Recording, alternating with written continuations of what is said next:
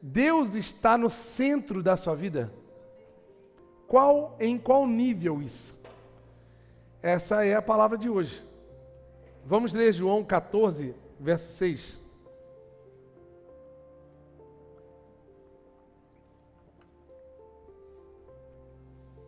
Respondeu-lhe Jesus: Eu sou o caminho, a verdade e a vida. Ninguém vem ao Pai senão por mim. Vamos orar. Senhor, muito obrigado por essa palavra, Senhor, tão maravilhosa para nossas vidas. Te pedimos, Senhor, que o Senhor traga a revelação dos céus, conforme a sua vontade para essa igreja.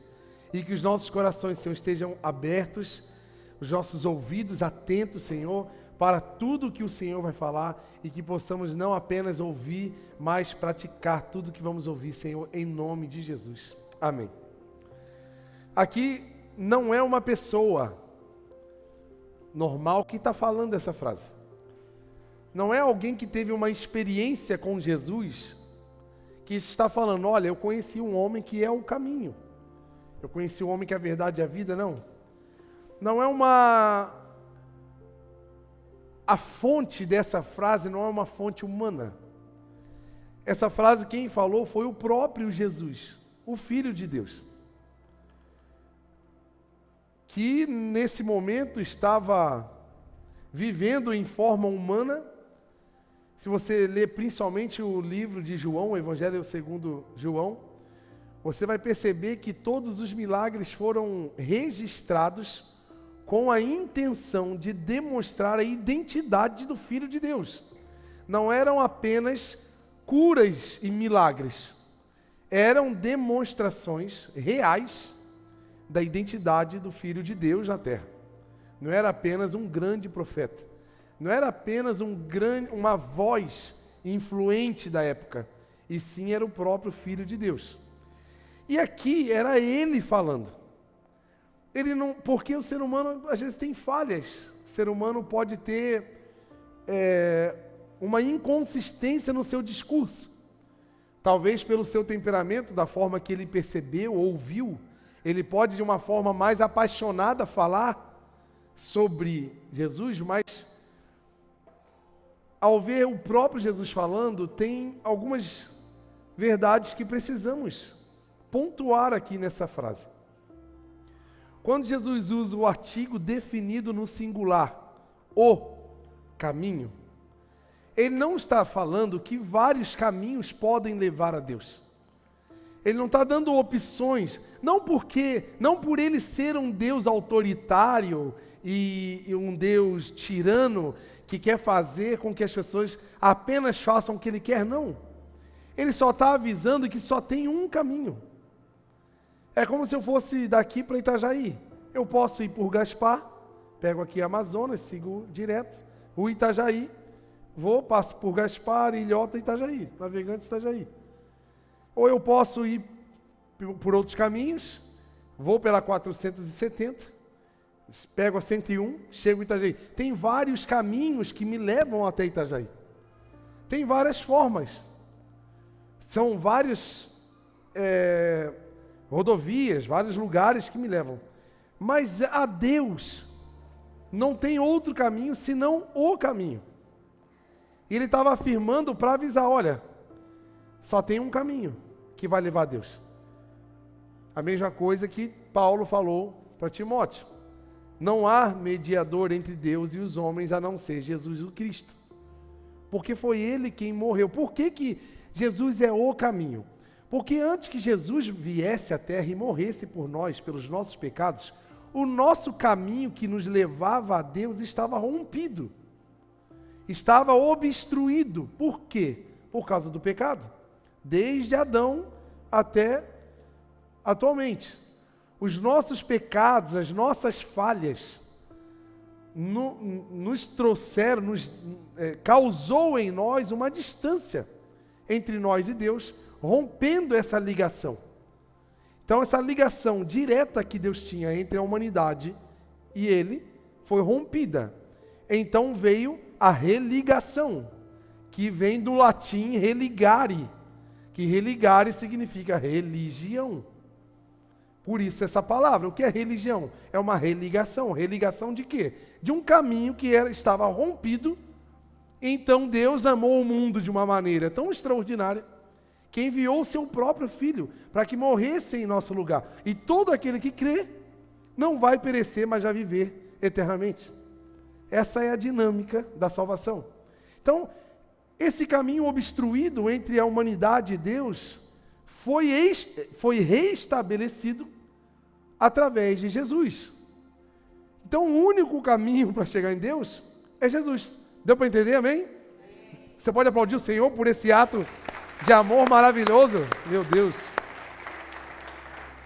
Não tem outro caminho. Ninguém fez o que Jesus fez por nós. Por isso ele é o caminho, singular. E ele é a verdade. Porque não há outra verdade. Não porque ele é autoritário. Não porque ele é partidarista ou por uma ideologia. Não.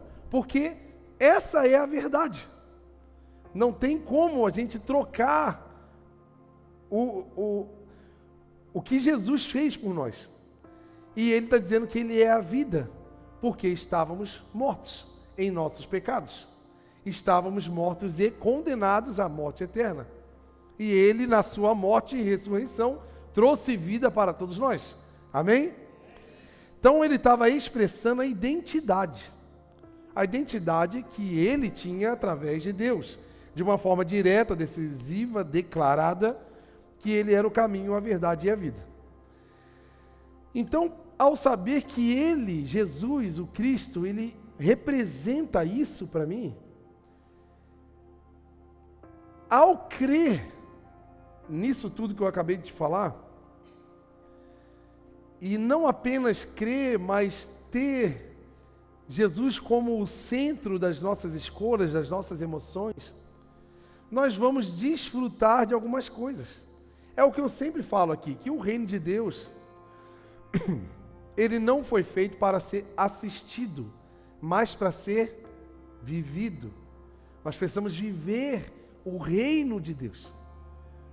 E muitos de nós, em vários momentos, estamos até próximos ao reino de Deus. Estamos até assistindo o que acontece no reino, mas nós não estamos participando integralmente do reino de Deus. Por que eu não participo? Por que eu participo? Eu participo do reino. Todo reino tem um rei. E esse rei, ele é aquele que governa.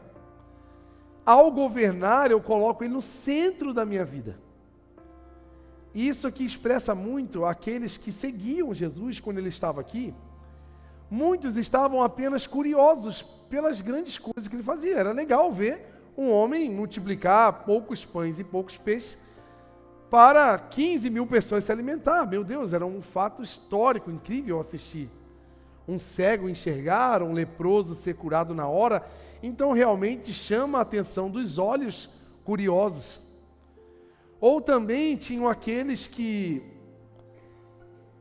pela fama que Jesus estava criando ao realizar tantos milagres, era legal estar perto de quem é famoso. É legal estar perto de quem é top. Então, se aproveitando um pouco do que ele tem. Aqui eu tenho certeza que vai ter pão, vai ter peixe, vai ter milagre. Se eu ficar doente, ele me cura. Então, pessoas que estavam próximas de Jesus, mas apenas extraindo o que ele tinha. Mas também nesse grupo é verdade que tinham aqueles verdadeiros seguidores. Seguidores esses que estavam e foram dispostos a viver e morrer pela causa de Cristo. Que nós sabemos que de 15 mil pessoas que estavam na multiplicação dos pães e peixes, quando Jesus foi crucificado e morto, não sobrou praticamente ninguém. Até os próprios discípulos voltaram para suas vidas normais. Então, para você ver que realmente diminui muito a quantidade de pessoas que estão, de fato, buscando seguir o Mestre. Só que eu vim trazer uma ótima notícia para você. Se a partir de hoje, você colocar o Senhor Jesus Cristo no centro da tua vida, você vai desfrutar de coisas extraordinárias. Você está pronto para ouvir os benefícios, para você assinar um contrato hoje? Quem está a fim de assinar o contrato? Pega a caneta lá, gente, para a gente assinar o contrato. Vamos lá, o que eu recebo de Deus ao colocá-lo no centro da minha vida? Primeira coisa, eu recebo o perdão dos meus pecados. Que é o que muitos de nós, às vezes, não damos tanto valor. Por quê? Por causa dessa tendência materialista que nós temos. Quer ver um grande exemplo? Eu até falei sobre isso semana passada. Quando desceram um paralítico pela laje da casa, e Jesus falou, perdoados são os seus pecados, imagina a frustração que pode ter entrado no coração dele, dos amigos, das pessoas que estavam assistindo, acostumadas a ver Jesus curando na hora, e simplesmente um paralítico desce e Jesus não cura, porque era a expectativa deles. A gente tem uma tendência a ter uma expectativa em Deus sobre os nossos problemas pessoais, e não os nossos problemas eternos. E quando Jesus perdoa os pecados, Ele estava fazendo algo que, além de curar, que era fácil para Ele estava ali perdoando, porque Ele não veio só para curar as suas feridas físicas, Ele veio para curar a sua alma e salvar a sua vida. Ele veio para nos levar para moradas eternas. Jesus fala, não fiquem preocupados, eu estou indo preparar um lugar. Então nós teremos um lugar preparado pelo próprio Senhor, aguardando a nossa chegada lá. Isso entra em conflito, às vezes, com algumas buscas que nós temos na vida. Porque estamos numa correria muito grande sobre coisas. Sobre o aluguel, sobre a conta, a conta da luz, um passeio, uma viagem, um carro, coisas, e a gente está sempre buscando e gastando energias e gastando tempo, mas e também agradecendo e louvando a Deus muito.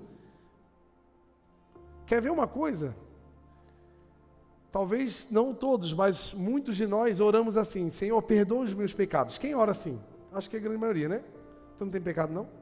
Para pedir perdão? Quem ora assim, perdoa os meus pecados, Senhor? Que bom que tem gente pecador aqui, pensei que era só eu. Mas sabia que a gente ora pouco assim, ó, Senhor, obrigado por perdoar os meus pecados. É uma oração difícil. Não é normal uma pessoa orar assim. Porque isso é um benefício daqueles que têm o Senhor Jesus. E às vezes a gente fica tão preocupado, ai Senhor, perdoa os meus pecados, e a gente não lembra, Senhor, obrigado porque o Senhor perdoa os meus pecados. Está vendo que é uma oração um pouco mais leve do que uma oração de... Claro que nós devemos confessar, entregar a Deus os nossos pecados, mas a gente não agradece pelos perdoados. Todo dia, Senhor, perdão pelo meu pecado. Ele deve pensar assim, pô, os que eu perdoei ontem nem lembrou de agradecer. Perdoei um monte. Semana ele só me incomodou. Fez um monte de coisa errada. Perdoei tudo. E ele não lembra. E está me pedindo mais perdão. Porque nós temos essa dificuldade. Mas olha um dos benefícios que eu e você temos ao colocar Jesus no centro da nossa vida. Perdoados estão os seus pecados. Glória a Deus. É uma coisa que o dinheiro não faria por nós. O maior dinheiro que nós poderíamos receber hoje pagaria nossas contas, trocaria o nosso carro, faríamos uma bela viagem, compraríamos muitas roupas, mas o dinheiro do mundo inteiro jamais pagaria pelo preço da nossa condenação. E isso já foi pago na cruz. Meu Deus. Você pode aplaudir o Senhor por isso?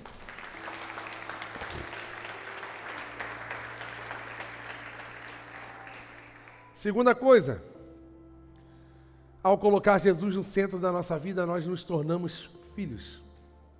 Filhos dele. Vamos ler João 1:12. Contudo, aos que receberam, aos que creram no seu nome, está vendo que a chave, né, para acessar o reino de Deus é a fé.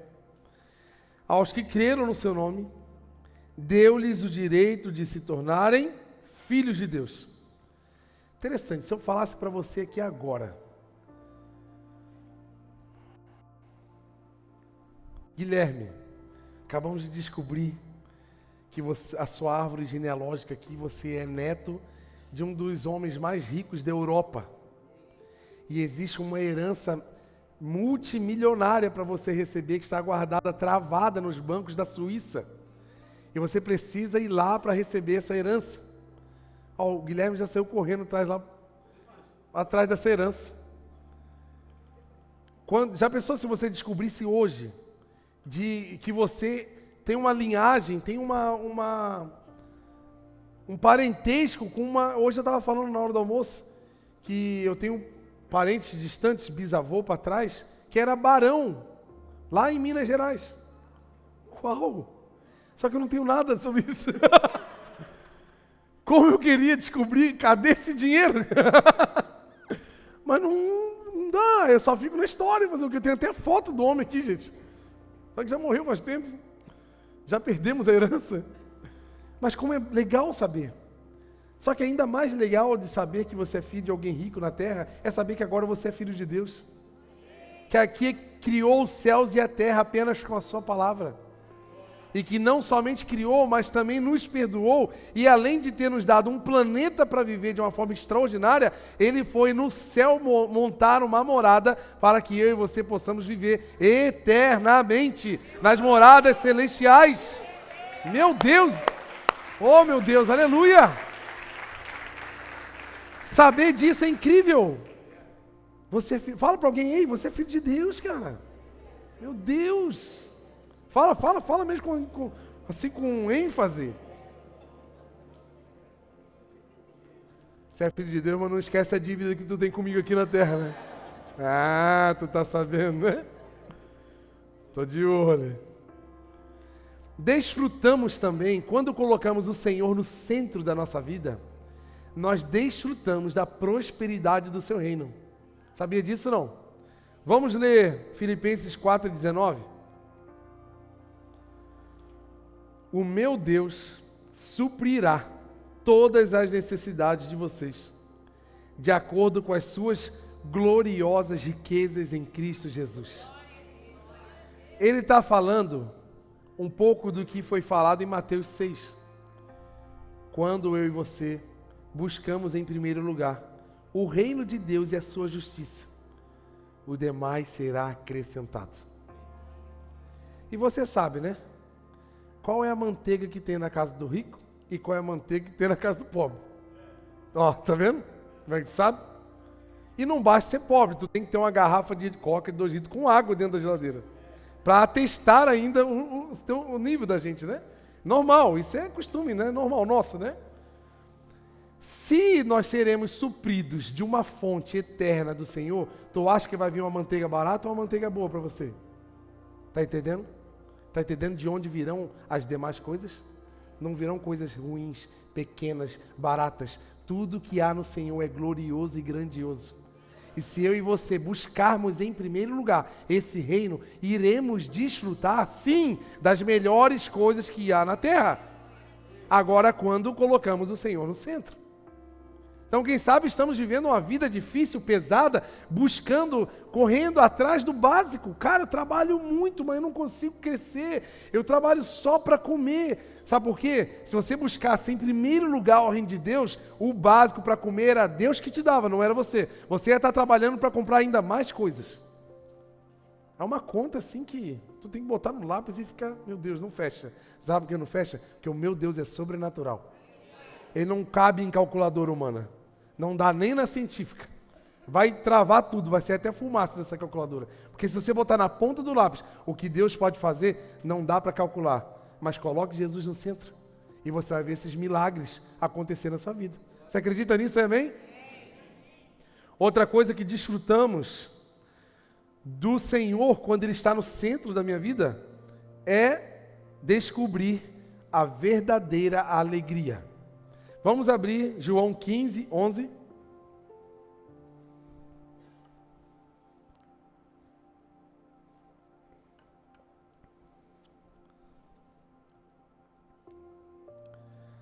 Tenho lhes dito, eu vou ler bem devagarzinho, estas palavras, para que a minha alegria esteja em vocês e a alegria de vocês seja completa. Está vendo que existem 2 tipos de alegria? Deus está falando assim, estou falando isso para que a minha alegria esteja em você e a sua alegria seja completa. Sabe por quê? A minha alegria, ela é na dimensão humana. É uma alegria falha, uma alegria pequena, que ao ouvir as palavras do Senhor, iremos desfrutar da verdadeira alegria que há nele. Que não é sobre ter coisas e realizações pessoais, e sim ter o espírito alegre. Talvez tu vai sair daqui hoje à noite, tomara que todos os seus problemas sejam resolvidos. Tomara que amanhã, de forma sobrenatural, aqueles boletins que está para ser pago amanhã, de forma sobrenatural, sejam pagos. Ô Jesus, eu recebo. O Senhor sabe o que tem para enfrentar amanhã. Porém, se esses problemas humanos não forem resolvidos, o meu espírito se alegra no Senhor. Ainda que a figueira não floresça, ainda que os montes se abalam, ainda que não tudo se desmanche, ainda que tudo dê errado, eu me alegrarei no Senhor. Não é uma alegria falsa, não é um sorriso falso. Não quer dizer que tu tem que andar assim mostrando o dente. Não, tu não está indo para o dentista. Tu não tem que ter uma falsa alegria, um falso barulho, não. Quem sabe o seu rosto, a sua carne está entristecido, desgastado pelos imprevistos da vida. Porém, dentro de você existe uma alegria verdadeira que você só encontra no Senhor. O reino de Deus é formado por 3 coisas básicas: paz, alegria e justiça. 30% do reino de Deus é formado de alegria. Você acha que Deus não ia se preocupar em colocar algo que realmente é bom para nós? Então, só vamos desfrutar disso quando vivermos no reino dele. Quem vive no reino, senta na mesa, mora no palácio, cumprimenta o rei de manhã, de tarde, de noite, porque você está no reino. Você vive no reino, você vê o rei todo dia. Você está ali com ele. Na hora de comer, quem é você, quem sou eu? Não é ninguém. Vai bater o sino para todo comer, tu come, senta na mesa e está ali, tu está no reino. Faz parte. Não tem por que não desfrutar. Agora esteja no reino em nome de Jesus. Amém? Outra coisa. Desfrutamos também de alegria, mas não só de alegria, de paz interior. Vamos abrir João 14, 27. Aqui ele expressa novamente a verdade sobre o seu reino. Olha aqui. Deixo-lhes a paz. A minha paz lhes dou. Não dou como o mundo dá. Não se perturbem os seus corações. Não tenham medo. Gente, nós temos uma grande tendência a sermos enganados pelas propagandas que o mundo nos oferece. Sobre coisas que alimentam apenas o nosso desejo carnal. E tudo que alimenta o nosso desejo carnal é bom na hora, mas a alegria e a paz é passageira. Pode perguntar para qualquer pessoa quando acabou de sair, 2 horas depois da saída de uma balada, ver se ela está bem feliz. Pode perguntar 30 minutos após de uma pessoa que acabou de cometer um adultério, se ela está feliz. Na hora, meu irmão, até parece bom, mas é um caminho de morte. Sabe por quê? Você até é revestido de carne, mas dentro de você tem um espírito que clama pela presença do Senhor. Então, quem sabe essa ansiedade, esse incômodo que há dentro de nós, é porque estamos andando longe ou não colocando o Senhor no centro da nossa vida. Porque se Ele estiver no centro da nossa vida, nós não precisamos procurar por paz. Sabe por quê? Ele é o príncipe da paz. Estaremos nele e ele em nós. Então não precisamos procurar. Não precisamos ir em lugares, pagar coisas, pagar caro, fazer coisas. Por quê? Por que você está procurando? Se o príncipe da paz não está centralizado na sua vida. Estão entendendo, amém? Outra coisa, nós encontraremos, se você colocar Jesus no centro da tua vida, você vai encontrar proteção contra as trevas. Vamos abrir 1 João 5,18.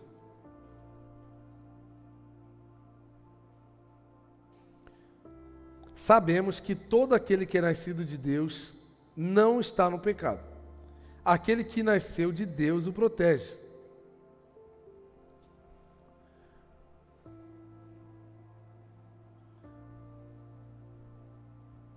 É isso aí mesmo. Pensei que estava errado o meu. Aquele que nasceu de Deus, Deus o protege. E o maligno não o atinge. Outras versões vai dizer assim: aquele que é nascido de Deus, o diabo não toca. Gente, além da nossa tendência a escolhas erradas, além da dificuldade, injustiça e desigualdade que há no mundo, existe um império do inferno, o diabo, que está sempre tramando contra nós, sempre tentando nos estragar, sempre, sempre. Agora, aqueles que colocam Jesus no centro da sua vida, porque nós não temos forças contra o diabo, mas nós podemos habitar no esconderijo do Altíssimo e na sombra do Onipotente descansar. Tem muitas pessoas que estão vivendo uma opressão do inferno, estão vivendo pressionadas as suas emoções, a sua paz, a sua tranquilidade, não consegue dormir direito, acorda cansado, vai dormir, não consegue dormir, e a comida não digere direito no estômago, passa o dia todo estranho. Opressões que o diabo coloca para nos travar, nos paralisar. Mas eu tenho certeza que se você colocar Jesus no centro, o diabo não vai tocar na sua vida. Ele vai ficar até em volta, né? Que ele, coitado, ele não consegue nem ser um leão, que a Bíblia fala, ele brama como um leão. Ele é um leão da Shopee, né? Fake. Ele só faz barulho de leão, porque na verdade nós somos filhos do leão da tribo de Judá. Quem tem leão somos nós, dá licença, diabo. Nem leão tu é, nem vem que não tem. Só que ele fica em volta. Sabe por que ele fica ao derredor? Porque aqueles que botam Jesus no centro está rodeado de anjos e da proteção do Senhor. Então o diabo, fica tranquilo, o diabo não vai tocar na sua vida. Coloque ele no centro da sua vida, você vai ver que a paz da sua casa vai aumentar, vai ser diferenciado, porque você vai ser rodeado por anjos e é pela mão de Deus. Você acredita nisso? Outra coisa que nós teremos como bônus ao colocar Jesus no centro da nossa vida, nós recebemos descanso. Olha só que coisa boa. Quem está cansado aí? Domingo, gente, já cansado, vamos começar a semana cansado assim? Mas é uma realidade, né? Tem vezes que a gente segunda-feira já acorda quebrado. Tem gente que gostaria que inventasse mais um dia da semana, que aquele dia seria só para descansar. Gente, mas a Bíblia fala que o nosso descanso não é aqui, já começa aí. Já está desalinhado. E outra, gente, essa falta de descanso, ela está por causa do desalinhamento com o centro da nossa vida. Vamos ler Mateus 11, 28. Venham a mim, todos os que estão cansados e sobrecarregados, e eu lhes darei. Deus tem uma rede na varanda da casa dele. E ele está assim, e aí, que hora que tu vai deitar para eu ficar te balançando e cuidando de você? Só que a gente quer resolver com a nossa mão. Não, eu vou fazer. Eu tenho um plano perfeito, deixa comigo. Eu tracei o plano perfeito da felicidade da minha vida. Eu vou fazer isso, eu vou fazer aquilo, mês que vem eu vou fazer isso, e aquilo. E nós nos cansamos inteiramente, porque temos que cumprir a agenda na qual eu criei, baseado nas minhas próprias vontades. O quarto C da Trindade chegou. Gente, nós somos filhos. E é o pai que sabe o que é bom pra gente. Sabe quando a gente é criança, que a gente pede um negócio, pai, me dá isso aqui. Não, filho, isso não é bom pra você. E a gente fica frustrado, porque a gente queria aquilo. Só que o pai sabe, Sabe por quê? A vontade do Pai é boa, perfeita e agradável. E a gente se esquece desses detalhes e acha que a nossa vontade é perfeita, boa e agradável. E a gente se esquece que o nosso coração é enganoso. Nós nos enganamos em nossos sentimentos. Porque estamos colocando nós no centro. Estamos colocando o pilar principal da nossa alegria e felicidade a partir do que eu acho que é bom para mim. Cara, esse plano dá uma canseira. Eu já estive nesse plano. De vez em quando eu entro nele. Às vezes uma semaninha assim, eu começo a traçar uns planos próprios. Começo a perceber assim, não, esse plano aqui não é de Deus não. Por mais fofo que ele seja, por mais purpurinado que ele seja, se não está alinhado com a vontade de Deus, você pode até chegar, você vai chegar muito cansado. E se chegar? Porque Deus quer nos dar descanso e a gente está se cansando. Estão entendendo não? Talvez as escolhas que você tem tido nos últimos dias, nos últimos meses, estão tão desalinhadas com o Senhor que está fazendo você ficar muito cansado. Cansaço físico mesmo, gente. Volto a dizer, Deus está com a rede lá na varanda da casa dele. Está vazia. Era só para eu e você deitar. Olha aqui o que ele fala. Tomem sobre vocês o meu jugo e aprendam de mim que eu sou manso, humilde de coração, e vocês encontrarão descanso para as suas almas, pois o meu jugo é suave e o meu fardo é leve. É tipo Deus, como se Deus fosse um baiano assim, ó. Tem uma rede em casa. Ô, meu rei, vem cá. Deita aqui, que o painho vai cuidar de você. Tem baiano aqui na casa? Tem, né? Que eu sei que tem, né? Cadê os baianos na casa? Não tem? Cadê? Tá lá em cima, né? Tá lá em cima, lá. Eu sei que tem.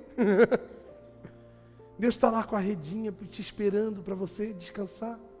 E você tão teimosinho, tão cabecinha dura. Olha para o lado assim e fala, está falando de você. Falando de você. Os cabeça duros são os que mais riem. Teimoso é o que teima comigo, não vem. E por último, o Alelon sobe para a gente entrar no lugar de adoração. Por último, não é por último que acabou, porque os benefícios do Senhor são intermináveis. Tu acredita nisso também? Eu só listei 8 aqui, eu acho que eu nem falei dos 8. Eu só listei alguns aqui porque são intermináveis as bênçãos do Senhor. A última que eu anotei é assim, ó, quando colocamos Jesus no centro da nossa vida, somos colocados num lugar seguro. O que eu quero dizer com isso? Nós, seres humanos normais, estamos sempre buscando segurança, certo ou errado? Tem um monte de carioca aqui que fugiu do Rio, por causa... Você sabe por quê, né? Sabe, né? Opa, cuidado aí. Tem um monte de gente que quando compra eletrodoméstico, ele paga um pouco a mais para pagar a garantia estendida. Certo? Por quê? Para ter segurança de que se em 2 anos aquele equipamento quebrar, eu vou ter um novo, sem pagar nada. Tem muita gente que bota a cerca elétrica no muro de casa, para se sentir o quê? Seguro. Tem muita gente que ainda está solteiro, ó o 30 mais aí, ó. Vou dar uma letra para vocês. Tem muita gente que, por ter essa insegurança emocional de escolher a pessoa que realmente vai fazê-la feliz, ela tá já passou dos 30. Jesus amado, estou revelando aqui os irmãozinhos da igreja. Mas por causa de uma insegurança, e não está errado. A pessoa quer se sentir segura? Nós temos essa busca de segurança. E Jesus também fala sobre isso. Jesus, ele fala algo que determina a segurança da nossa vida. Ele vai contar a história de 2 homens que construíram uma casa. Você já sabe qual é a história, né? Um homem que ouvia, os 2 ouviam a palavra do Senhor. Só que um obedecia. O que é obedecer o que se ouve? É materializar aquilo que você recebeu. Se Deus trouxe um princípio para a sua vida, não adianta só a gente saber, a gente tem que realizar. O que adianta? Estamos falando aqui sobre filhos. Filhos têm identidade. Na identidade tem a filiação. E você sabe de onde você veio, do pai, da mãe, da cidade que tu veio.